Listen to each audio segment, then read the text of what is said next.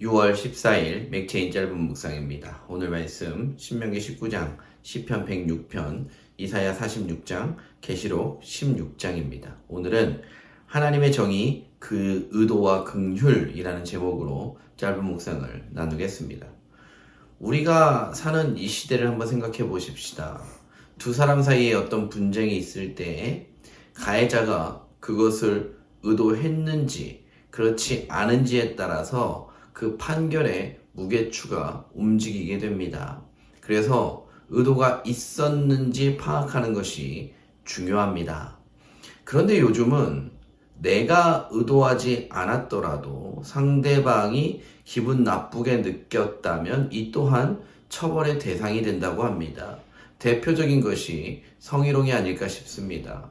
제가 남자라서 남성을 두둔하려는 것은 아니지만 판단의 기준을 속칭 가해자의 의도가 아니라 피해자의 상태에 두는 것은 실로 너무 위험한 판단 기준이 아닌가 생각해 봅니다.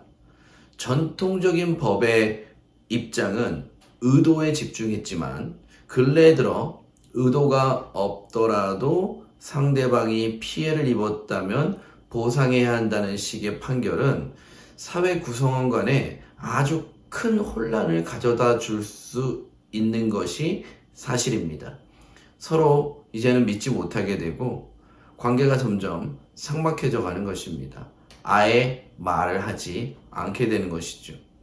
남성들이 여성들에 대한 잘못된 언행이나 사고방식에 분명 변화가 있어야 하는 것은 맞습니다. 하지만 의도를 무시한 판결은 큰 혼란을 일으킬 것이고 실제 그런 혼란이 우리 사회 안에서 흘러가고 있는 것이죠. 하나님은 신명기 19장에서 도피성을 마련하라고 명령하시면서 가해자의 의도에 대해 분명하게 지적하고 있습니다. 그래서 부주의하게 살인하게 된 경우 도피성으로 피할 수 있게 하신 것입니다. 이 내용을 우리 일반 사회에 그대로 적용할 수는 없습니다. 아무리 누군가가 부주의하게 살인했다 하더라도 그 살인이라는 결과에 대해 누구라도 가해자의 잘못에 대해 어느 정도는 요구하려 할 것이기 때문이지요. 우리가 본문에서 집중할 것은 이것이 하나님 나라의 통치 방식이라는 점입니다. 하나님은 생명은 생명으로 찾으시는 분이십니다. 하지만 그 생명에 대한 값을 아들 예수 그리스도를 통해 바로 하나님의 긍휼을 통해 치르신 분이 하나님이십니다. 이것이 하나님의 공의이고 우리에게 베풀어 주시는 정의이지요. 그래서 우리에게 여기서 우리란 일반 사회가 아니라 믿는 우리에게 혹은 그리스도의 몸된 교회에 요구하시기를 의도치 않은 범죄에 대해서 우리가 십자가의 긍휼로 다가가야 할 것을 말씀하고 계시는 것입니다.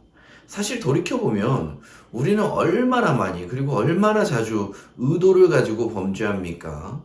그것이 죄인 줄 알면서도 그 길을 고집하고 그 죄를 즐기는 존재가 우리가 아닙니까? 단순히 걸리지만 않으면 되는 것이지요. 단순히 남에게 피해를 끼치지만 않으면 되는 것이지요. 하지만 하나님은 알고 계십니다.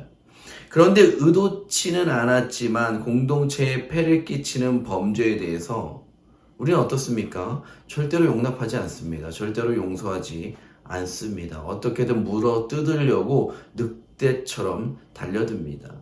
하나님의 통치를 기억하십시다. 의도하여 짓는 죄가 더 무겁다는 사실을 기억하십시다.